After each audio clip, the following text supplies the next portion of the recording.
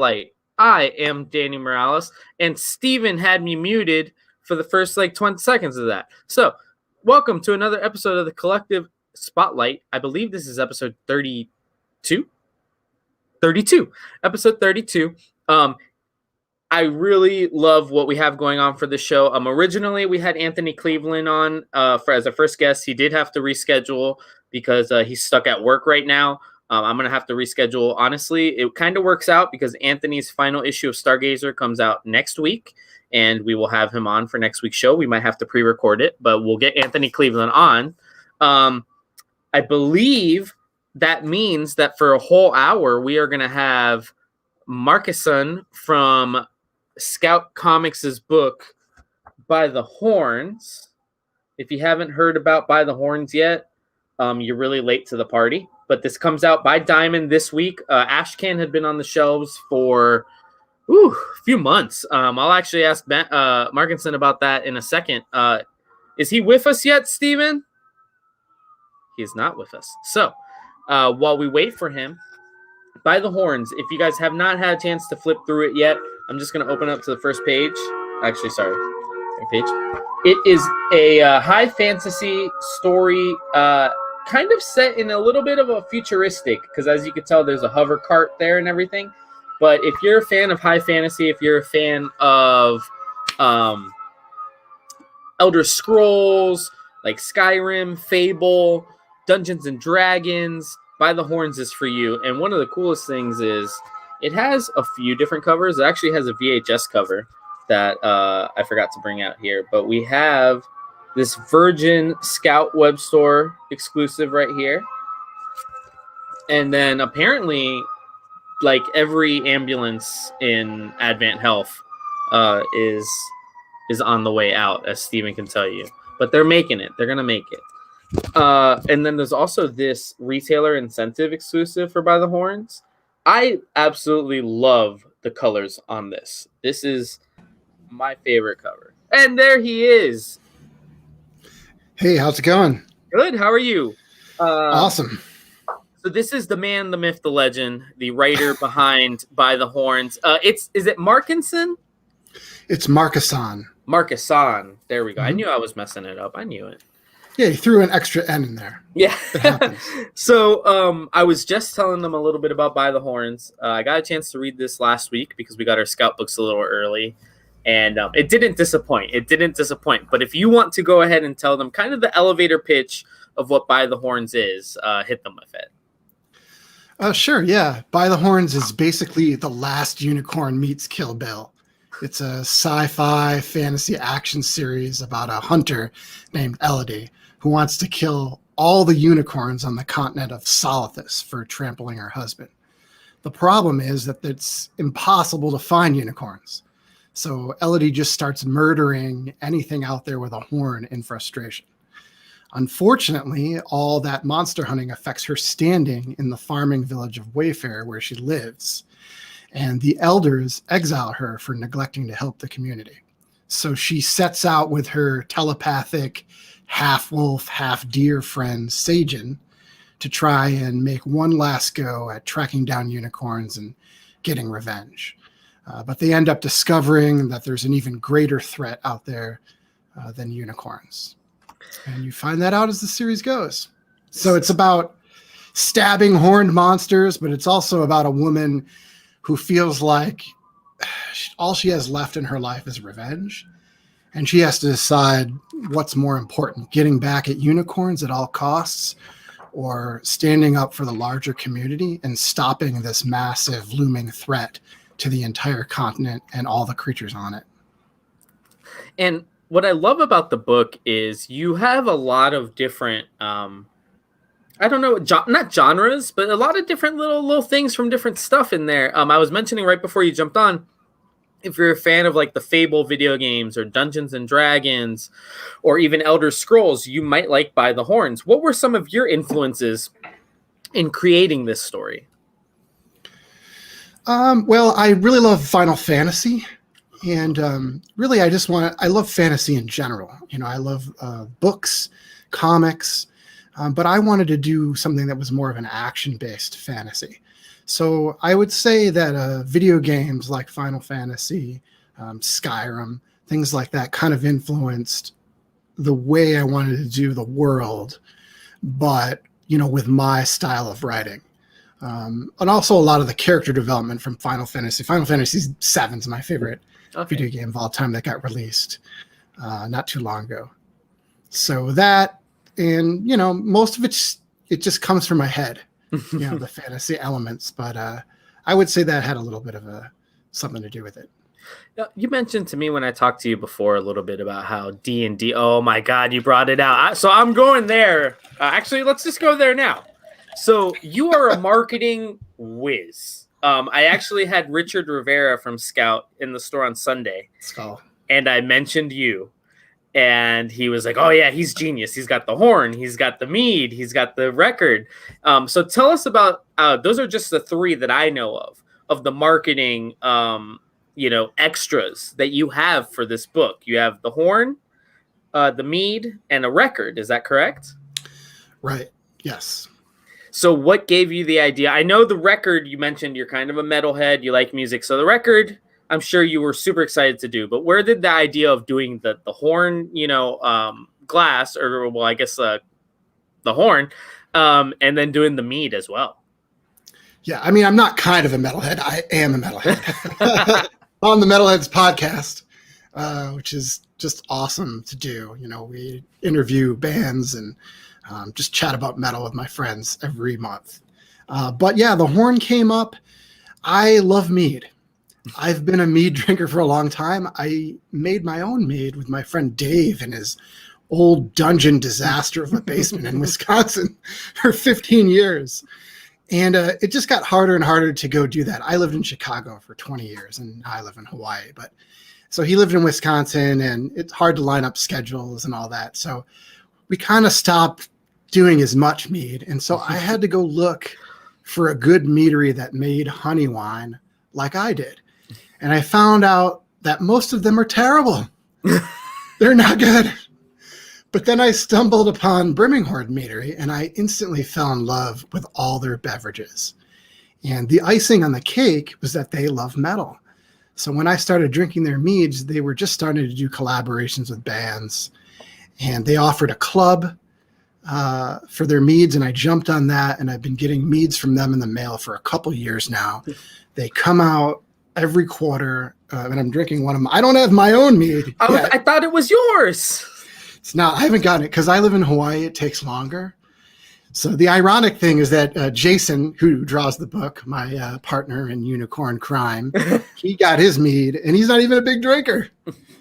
But I am drinking a Brimminghorn mead right now called Dark Embrace. Ooh, all right, that works for this interview. That's fitting. Yeah. So I started drinking the mead, and then on every Metalheads podcast, like I just mentioned, I would drink the Brimminghorn mead and just pimp it because I just thought it was special. And eventually, the guys, John and JR, who do the mead, they came on the podcast, and we talked about what they do, and we struck up a friendship. And when I'm doing this fantasy book, I instantly thought, man, I need to get a mead horn for this. What's more perfect for By the Horns than a horn of mead? And because I had made mead, I just started talking to them about, I know you guys do these collaborations with metal bands. What about doing it for this comic? And they were all on board with it, because we had become friends. I sent them the comic to read. And then they asked me, what kind of mead do I want to make? And so I came up with the idea to do the dragon fruit and vanilla. Ooh. Because dragon fruit is plentiful here in Hawaii when it's in season. And it's my favorite fruit now because it's so consistent. It's not a super sweet fruit, but it always tastes good. How when you get fruit, you bite into it, it's 50-50, man. Yeah. You don't know what you're going to get. So, but it's not like that with dragon fruit. Plus, dragon fruit, pretty perfect for a fantasy world. Absolutely. I mean, I wouldn't think of any other actual fruit that we have in our realm that I would want to use than dragon fruit. Mm-hmm. And Brimminghorn had never done a dragon fruit mead. I've never even heard of a dragon fruit mead before. So I thought of that, and I wanted to put vanilla in it because dragon fruit, it gives it an amazing color.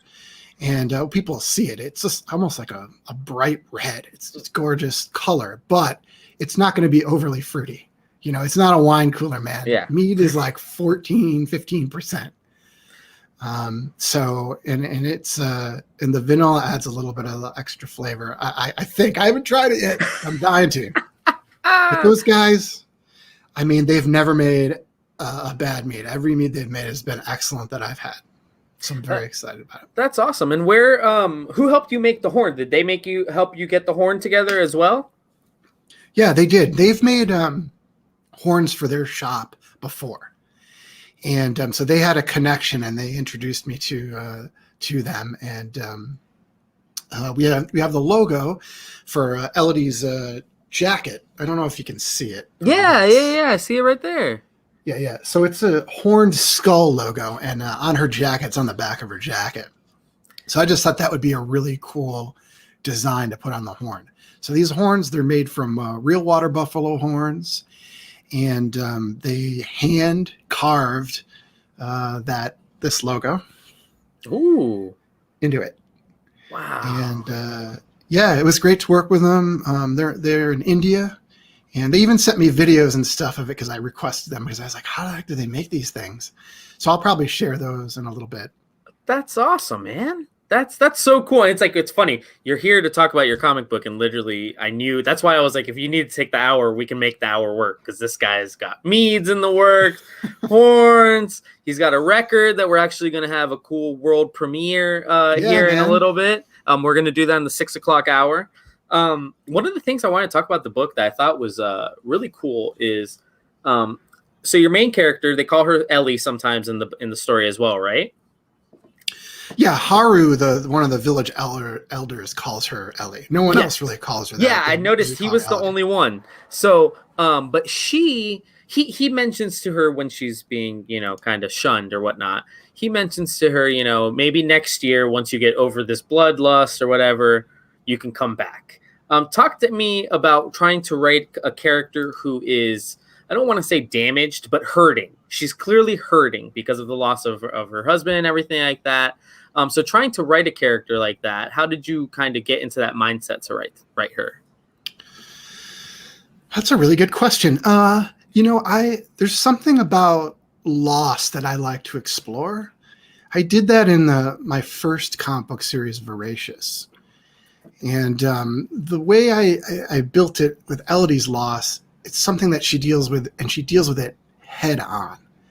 So in my series, Voracious, the lead character, Nate, he wanted to do everything he could not to deal with loss of his sister. And Elodie, she has to do something about what happened to her spouse. So that was interesting. I didn't realize that I was doing that till later. I was like, oh, this is kind of a flip side of the same coin. How people deal with loss is very, very different. And so, I wanted to create a character who really, at all costs, had to avenge what happened. And how does that affect her? How does that affect the people around her? Because in the very beginning, she's so consumed by it. She's killing all these different animals and creatures with horns, and she's not doing what she's supposed to be doing in the village. And she gets kicked out. And that's just one of the effects that happens. You'll see as the series unfolds that, how she reacts to things and the choices that she makes really impacts the people that are around her, but also the world. And how did I get in the mindset of it? I've experienced a lot of loss. I just lost my aunt to COVID-19 days ago. So, it's losing people and having to deal with that grief, especially over and over. You have to find different outlets. Elodie just happens to pick up a sword and take out different creatures with horns. That's nice. And what I thought, and you mentioned it, you hit on it on your response, but what I thought was really well-written thing that somebody may not notice just reading it by the first time. You talked about how everybody deals with trauma differently. And that's kind of what's happening with the elders and things like that. They think, well, she should be over it by now. And clearly to her, she's not. And I think a lot of people can relate to that in one way, shape, or form with, any emotional distress. Everybody takes it differently. And I think that I appreciated that as somebody who reads in between the lines, to see that you wrote something very real in a very high fantasy environment. Well, thanks, Danny. Yeah, I mean, I think with my comics, I think they always have weird premises. They're always going to have weird premises, and people, they'll hear the description like, oh, I don't know about that. That's going to be a really strange book. But all my books are going to be grounded in reality. The characters are going to have things that you identify with. When I do a book, I start with writing all the character sheets for them. So I want you to pick up that issue and feel something for Elodie, and feel something in yourself that maybe connects to that character. And a lot of people who have read the book in advance have told me that they liked the way Elodie was portrayed. They could see some of her in them.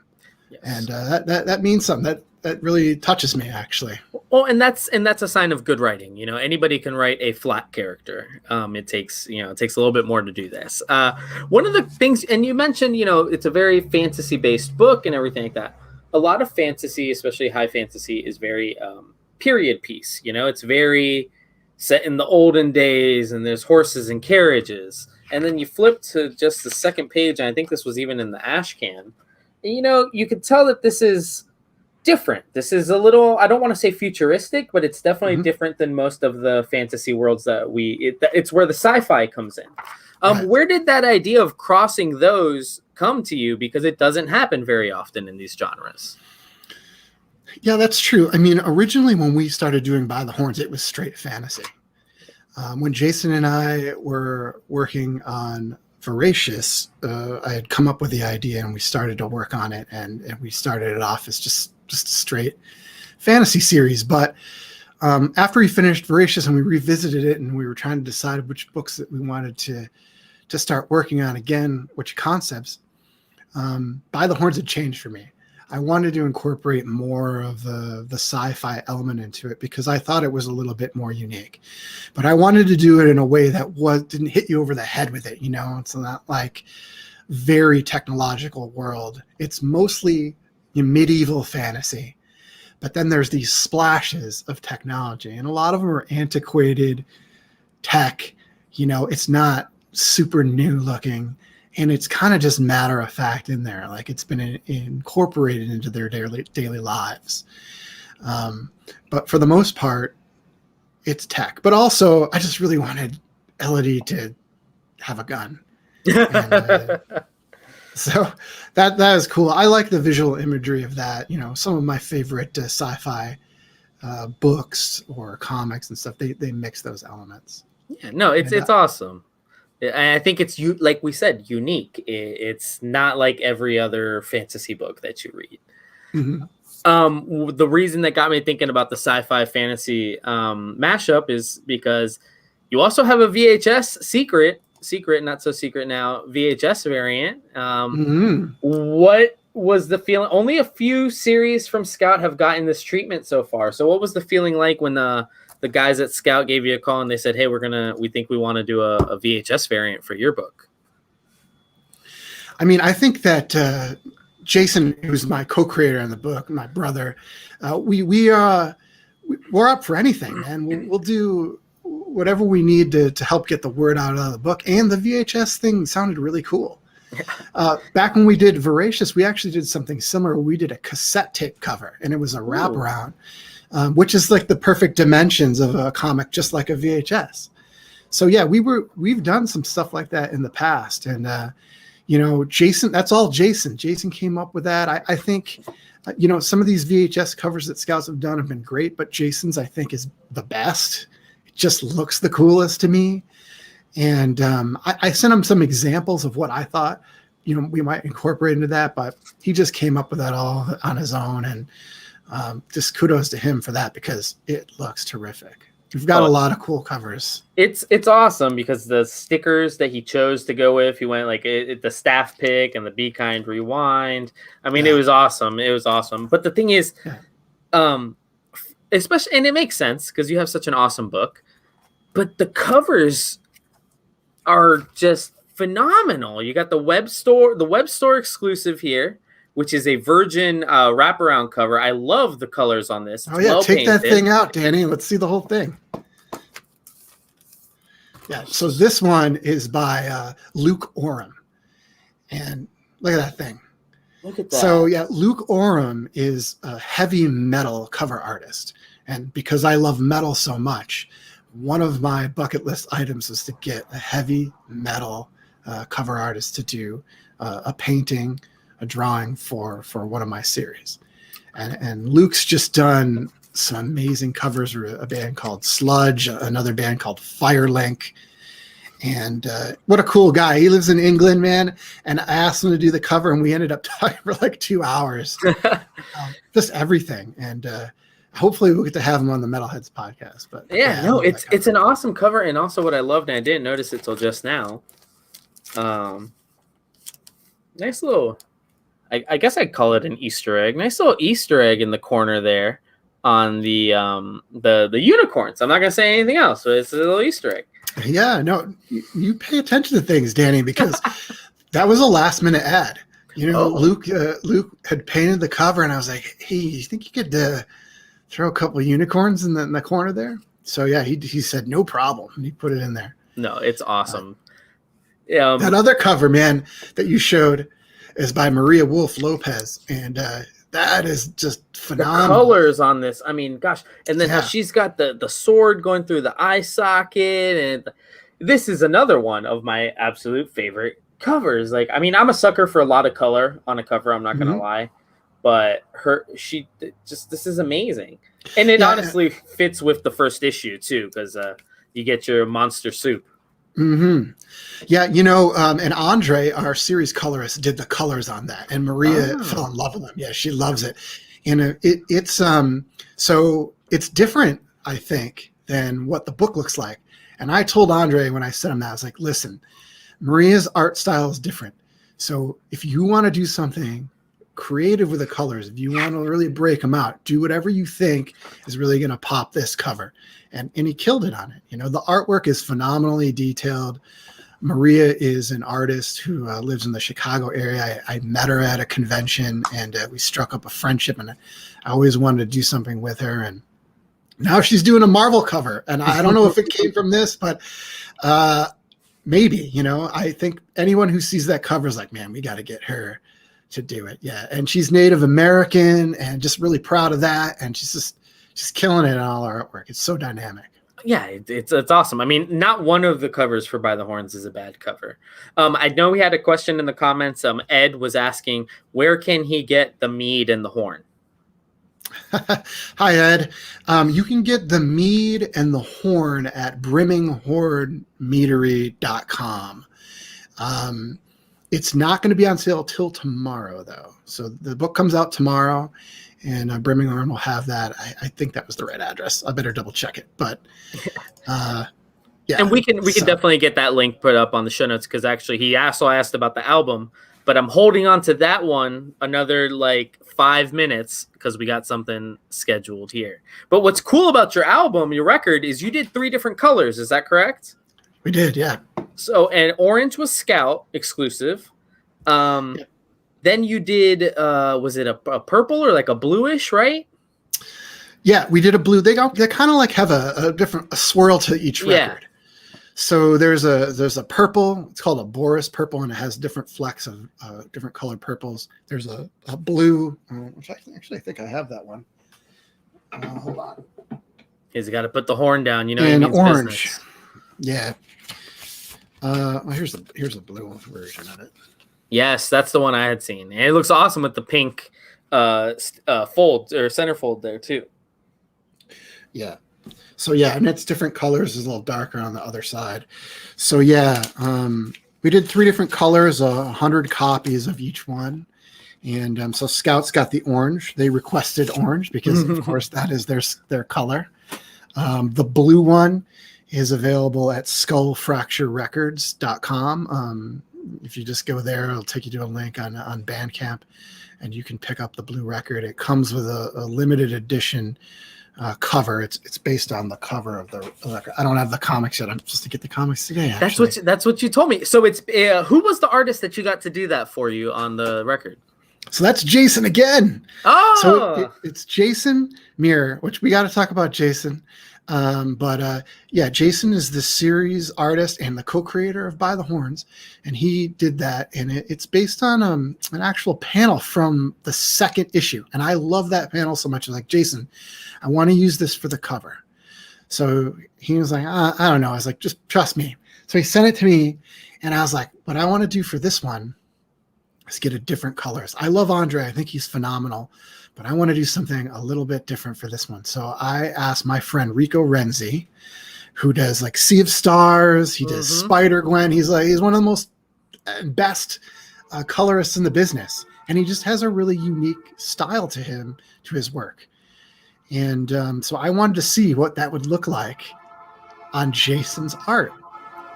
And it turned out phenomenally well, you know. And Rico, he just did it for me for my birthday. oh, You know? wow. Which is like one of the nicest gifts I've ever gotten in my whole life. That guy's a really cool guy, man.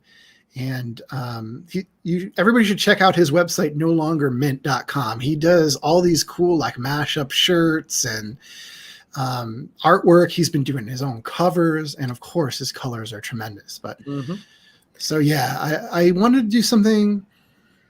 Whenever I launch a book, I want to put everything I have into it, and that includes the merch. And so but when I do the merch, I want it to look unique. I want it to all like go together and be cohesive, but also everything look a little bit unique. So I just get these cool ideas, and Rico was definitely part of that.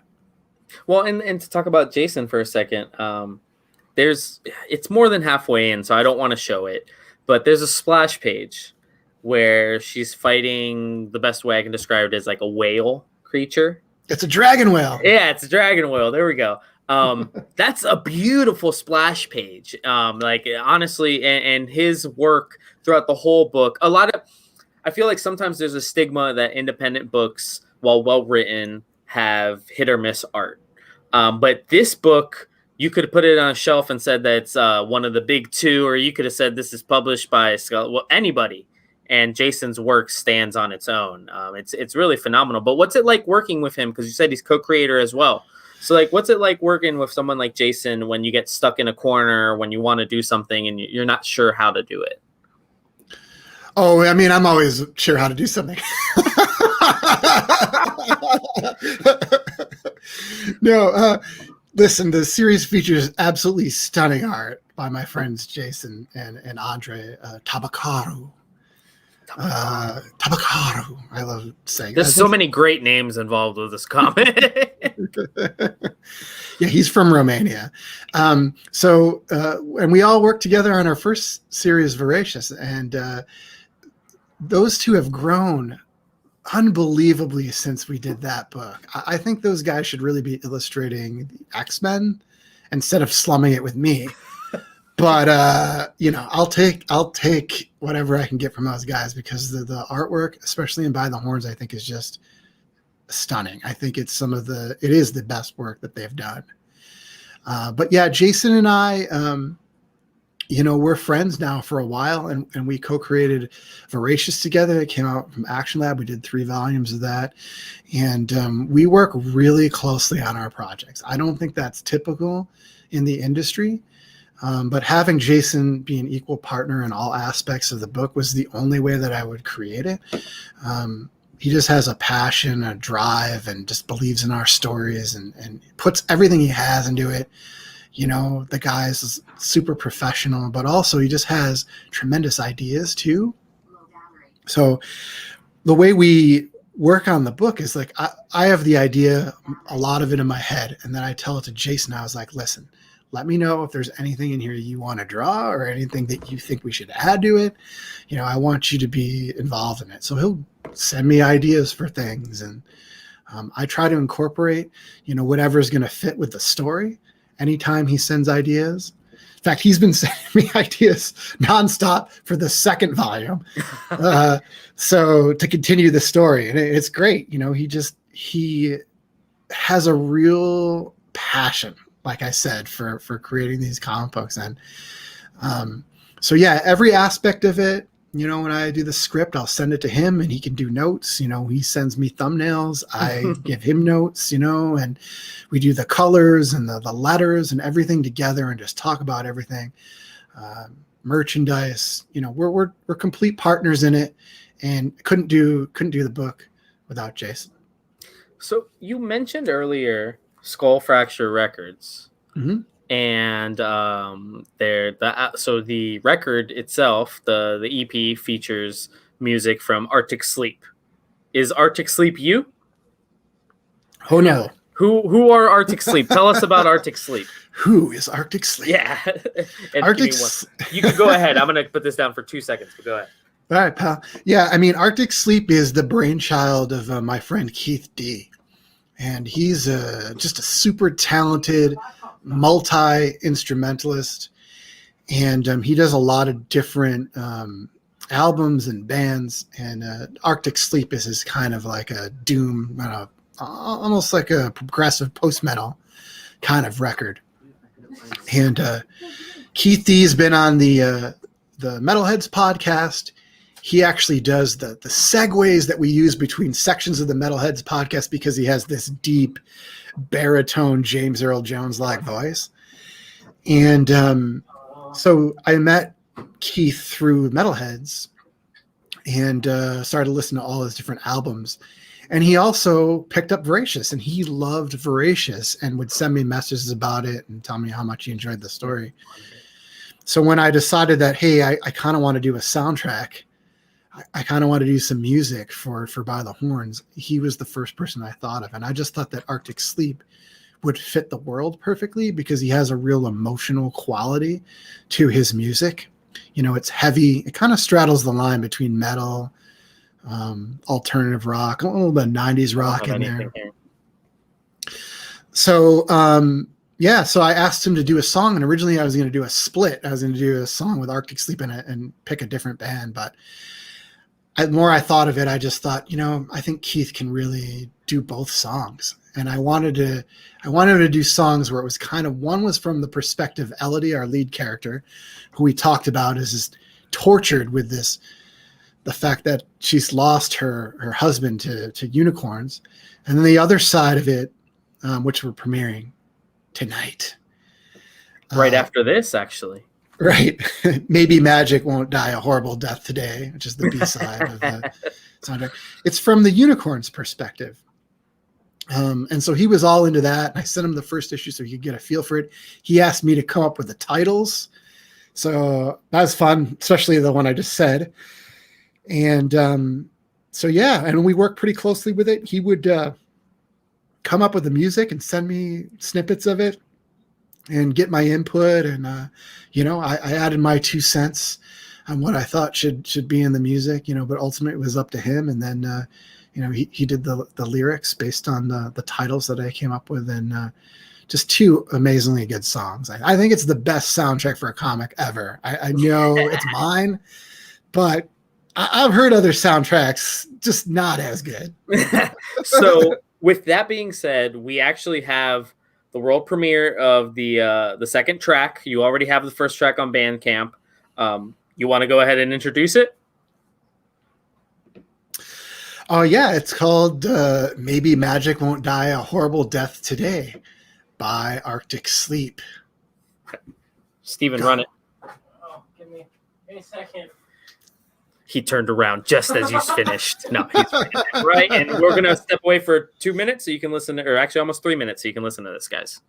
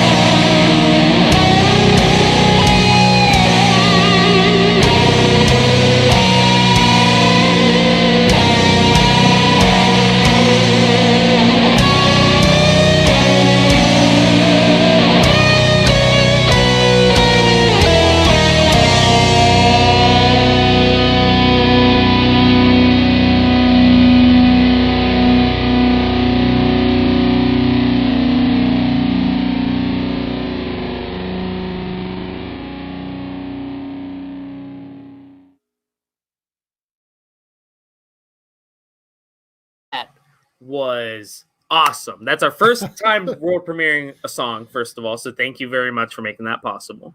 Hey, thank you, Danny. Man, it was your idea. It was a great idea.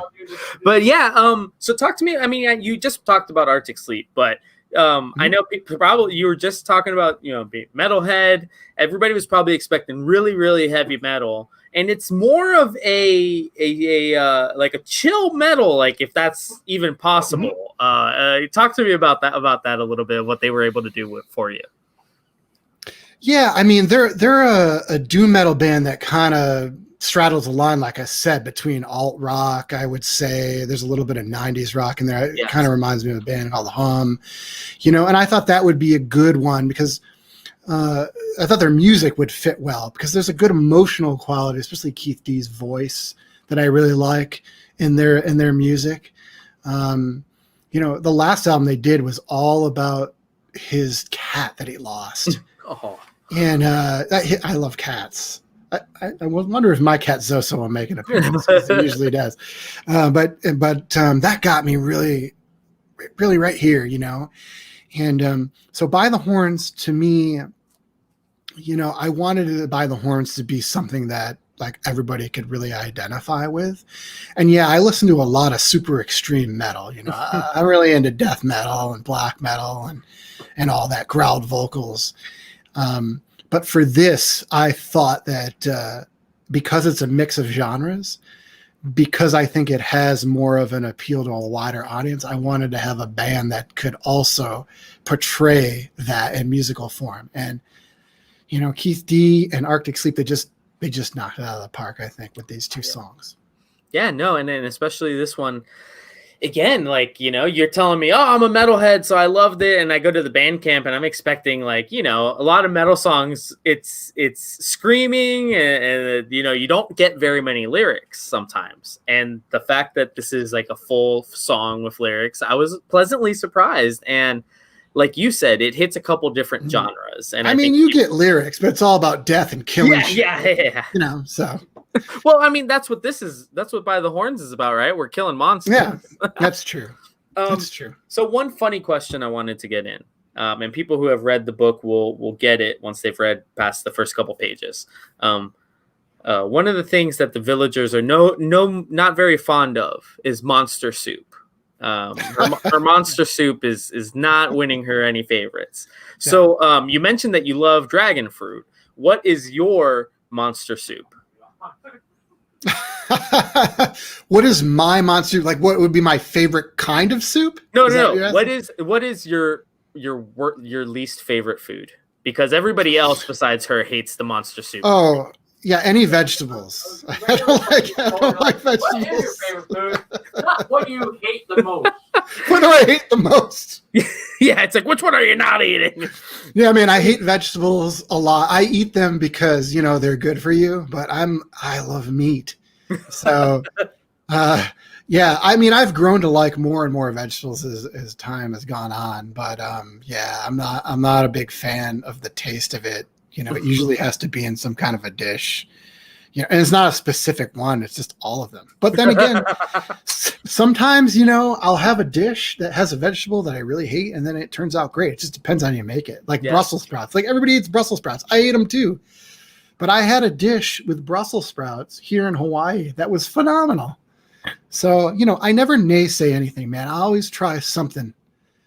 New, and I might not like it, but I'm not gonna say anything bad about it until I give it a shot. So Ed says he stepped away as you were talking about the mead. If I'm correct, the By the Horns mead won't drop until tomorrow. Is that correct? Yeah, it drops tomorrow. You can only get it on the Brimming Horn Meadery site because they are the only ones that have the license to sell liquor. Yeah. So now the horns, they're going to have 10 horns and they're going to have packages with the mead. So you'll be able to get mead and a book. You'll be able to get like a couple bottles of mead, a horn, and a book. They only have 10 horns. However, we will have horns. In fact, I think horns are available on the Scout website right now. I did just get an email, I believe, earlier today that they do have a horn and record bundle. It was a bundle, but they definitely have them. So the VHS cover that you showed, comes with a horn. I want to get That's what it horny. was. That's what it was. It was. the Yeah, VHS. so that's a really limited version because I think they only randomly insert that in for retailers, and then it's only available with the horn, I think. Yeah. So I think they only print like 200, maybe 300, 500 of these, period. So yeah. And so the horn, they have 20 horns. And then I will be putting up 25 horns on my website, and it'll include the VHS cover signed by me. No extra charge for signatures ever for me. But he's famous, and he's not charging you anything for a signature. I'm not famous, no. But I'll never charge. Ever.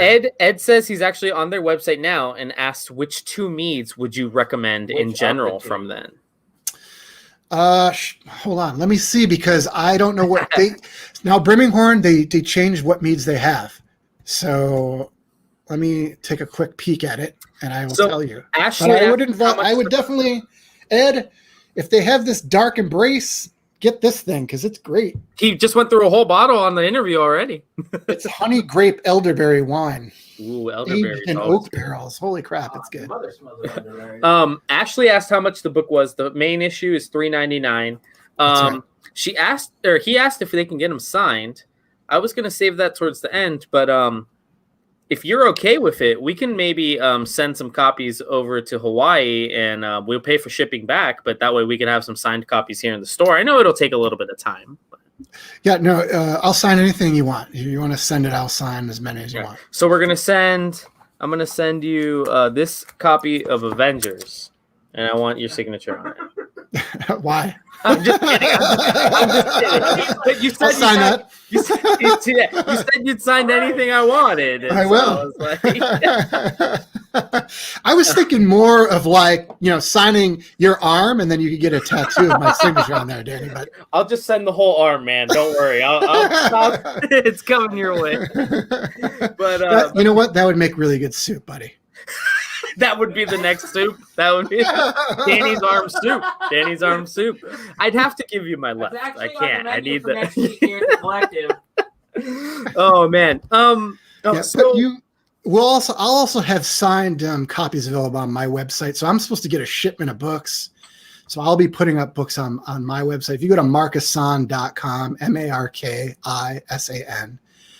I will have books, and I always sign for free if you want it. Nice. We'll have records. Danny, if you want records, I can send you that too. So we were definitely going to try to get a couple records once I get to talk to you after this interview. But yeah, it's just been crazy. We're moving the store here in about 3 weeks. So we literally spent half of the day moving slat wall today. So we're in move mode. So I totally forgot to follow up. Ashley says hello from the UK. Ashley is one of our customers from the UK. But we our only customer. We might have one or two, but we love our friends from the UK. So you talked that you mentioned that Jason was already talking to you about things for volume 2. Mm-hmm. I didn't even know we were getting to volume 2. I was gonna ask. This is what, a 7-issue, or the first arc is 7 issues? Is that how did we plan this out? Originally, I planned it for 7 issues. We cut it back to 6 actually because we don't. It's a lot for Jason to do. People don't understand this a lot of the times. Jason has to draw every single day to do the book, right? So if he's doing 6 issues, it's like he could do a book in a month, which is amazing. And so it's 6 months out of his life where he can't really do much else. So we cut it down to 6, but at a certain point, I was like, I need to do 7. Issue 6 is the best issue of the series. And that was the one that was going to get cut. I'm like, I can't cut this. I'll just pay for everything. So we're doing 7, and then when you're indie creators, like I would love to do an ongoing, but you just never know how that book is going to hit. I mean, we've only done one other book before, and yeah, it was well received. We sold out of the first issue of Voracious and everything, but we don't know how the book is going to hit. So we wanted to see, but I definitely have ideas for at least 2 more series. Nice. Now, whether that comes out as miniseries or we just continue the book, I don't know. Because Jason's almost done drawing 6 issues, and the first one's not even out yet. So, so we'll see. And then it all depends too. Jason's really stoked for this book, which I like a lot. Like he's sending me all these ideas. He wants to do more. He really loves drawing this world and creating it. I mean, we create all kinds. We have so many creatures in this book. Oh yeah, that aren't even in the book. We have a travel page where you just see where Elodie goes. We made a whole map that all the places are named after metal bands, by the way. There's the map, and there's creatures on it that she doesn't even face, but we just came up with different creatures every other issue just so we could have in the book to make the world more to feel bigger. I wouldn't, now that I've sat here with you for 50 minutes almost, I wouldn't have expected anything else from you. But you clearly have the tavern marked on the map too. Everybody's got to know where the tavern is. Yeah, it's based on a real tavern, Atlas Brewery, and my friend Will, really? Who is on the Metalheads podcast. He works there at Atlas Brewery, and they do a host of really great metal shows. And they have some just awesome beer. So I wanted to give a little shout out to them. Hey, that's awesome. Well. That's awesome. When we talked earlier, you mentioned a little bit about how there was a little bit of D&D influences, Dungeons and Dragons, and it kind of felt like a Dungeons and Dragons campaign in a way. Talk to me a little bit about the influences, because this book has done amazingly well with our D&D fans. That's actually where I put it at first. I put it in the D&D section, and they loved it. So just talk to me a little bit if you've gotten that reception from anybody else, and if you thought about that. Yeah, we definitely got it. I mean, I used to play D&D when I was younger, and I'm starting to try to get back into that role-playing stuff. I got this awesome book called Mork Borg. Ooh. So I'm sure role-playing people will know about it, but it's more of a streamlined D&D type book, and it's super metal. So I couldn't resist. And the book is just gorgeous. I should grab it. So I'm trying to get into that because my friends really like D&D and stuff. So I want to start playing that online with them. I just have to find the time, I got a lot going on. So yeah, I mean, you've been writing a pretty good comic book lately, so I don't blame you. Thanks, man. So yeah, D&D and just that kind of a fantasy of like creating these worlds where they're just populated by really cool creatures and characters. I definitely wanted the book to have that kind of a feel, and Jason did too. We really wanted to do that, and he even made like trading cards. Like he says they're based on these Marvel cards that came out in the past, but they remind me of like Magic the Gathering style cards. Oh, okay. So we did those. There were retailer incentives. So there was one of Elodie and one of Sajin, who is the anthropomorphic half deer, half wolf character in the book, who's like one of my favorites to write. But yeah, so I'm not actively playing D&D, but I love games. Like I used to play HeroClix pretty religiously. Oh, wow. Yeah. When back when I was in Illinois, I had a group of friends. Shout out to John and Brian. Miss you guys. So, I definitely, all that stuff kind of creeps into it. When I write a book, it's not really about the influence. It's just kind of like I have an idea and this is what I want to do with it. And then later I think about, oh yeah, I remember when I used to do this, maybe some of this influence crept into it, but it's not like something that I consciously do when I sit down to write a book. To me, I want to have a good premise and I want to have really good characters. And then, everything that I've experienced in my life kind of goes into that, and that includes, fantasy role playing. So you mentioned characters, and I have to ask you without spoiling anything. In the first issue we meet, our kind of our two main characters, kind of, because the wolf, what'd you say? Half wolf, half deer? Yeah. Okay. So he's I'd consider him a main character because there's a lot of dialogue there. But are we going to meet some more characters after the first issue? Because clearly she's gone from town to town now. She's been exiled. So are there more characters in store for us as we go along? I mean, absolutely. I mean, we kind of teased the characters at the very end, the two unicorns. Yes. So their names are Zoso and Rigby. They're named after our cats. My cat, Zoso, Jason's cat, Rigby. That was Jason's idea. And he knows that the only thing I love more than metal is kitties. So it's perfect. They're great names. So they're going to be huge characters in the book. And then you're also going to meet a character named Evelyn, who's a floating eye. and she's kind of like the butler to another, like an adversary that happens in the second issue, and she'll become a very, very big character in the book. And it's almost, the second issue is basically the forming of our fantasy Avengers, if you will. Which Yes. So yes, I will sign that Avengers comic for you. So those are going to be the main characters, and you will meet a lot of other adversaries as they go along in the world, because it's them traversing this continent of Salathis. And so you'll meet some other really cool characters. The designs are just off the chain, man, for what we have. I don't want to give too much away. Yeah, no, It's tough not to see it, but you know. Yeah, that's why I'm like, but like, there's so much you have going on, and there's a mystery afoot. You know, once she gets to her second town here, readers will learn about kind of like a little bit of something's not right.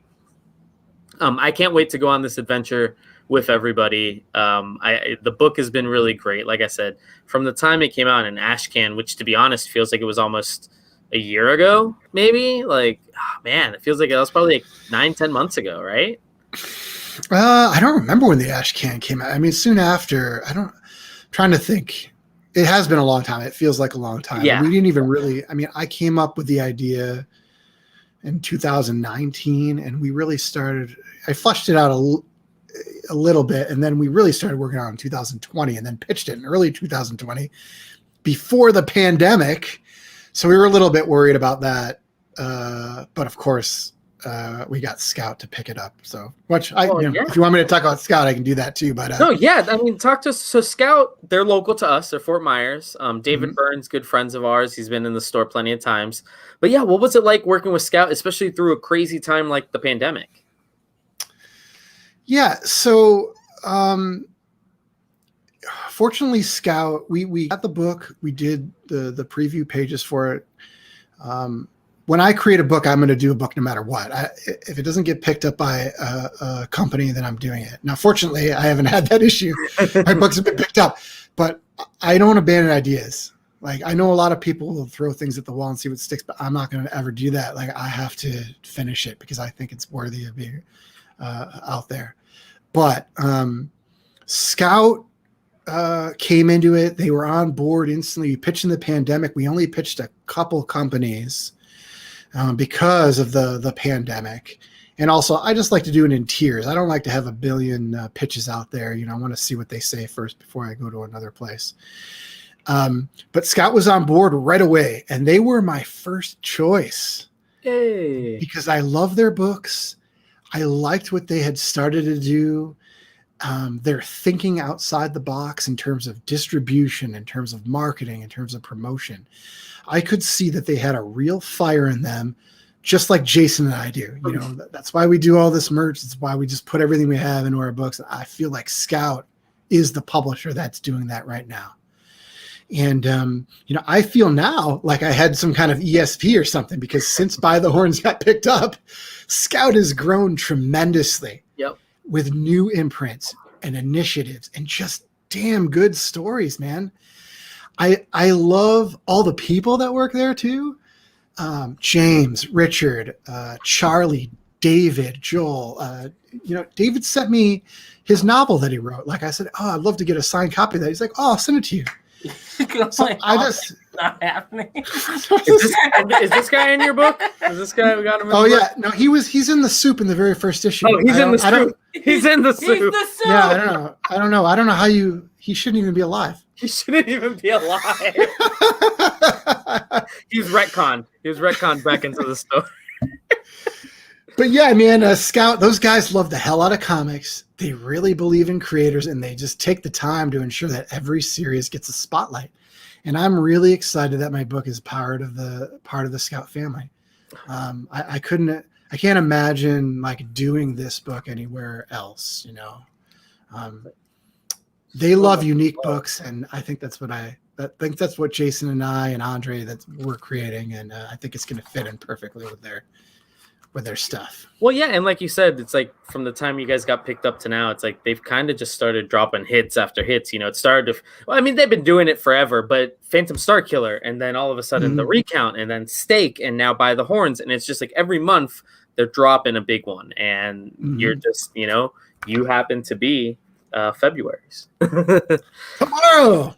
Yes, sir. So again, the book is By the Horns. We have them here on the collective. They should all be on sale. Well, hopefully, depending on how distribution in the Midwest is, but they should be on sale at your local comic shops on Wednesday.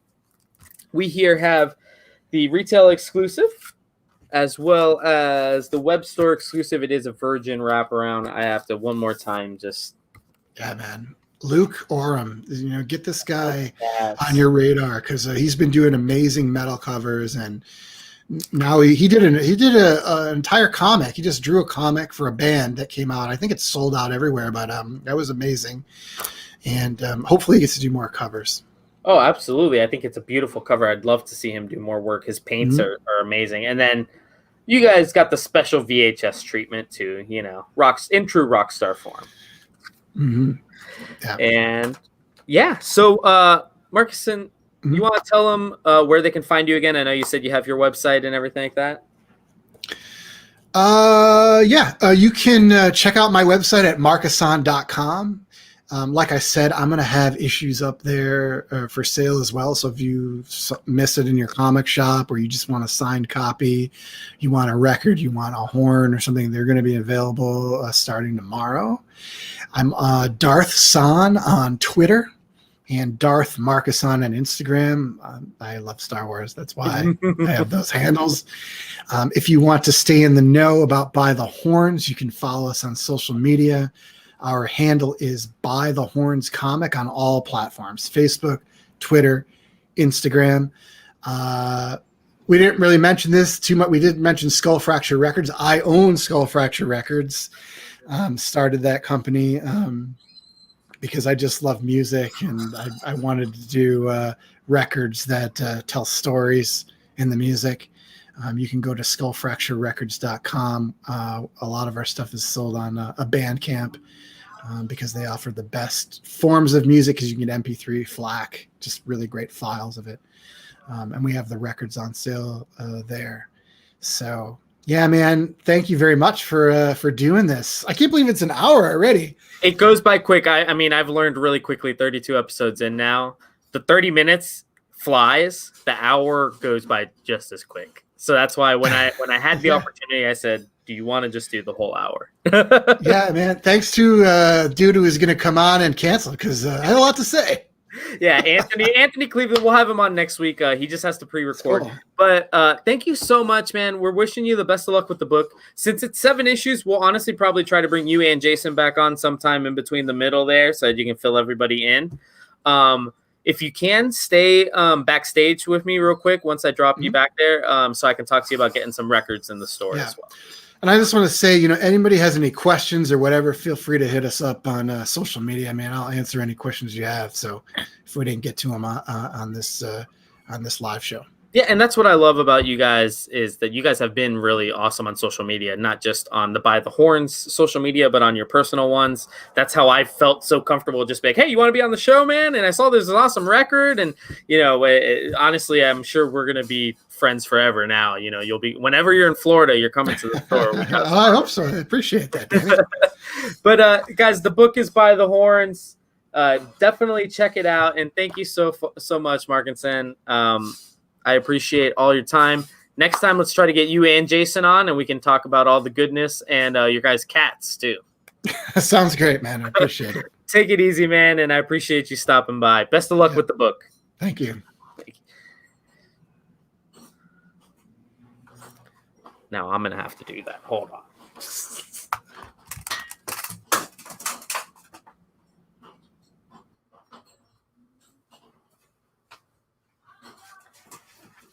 So thank you so much to my guest, Mark.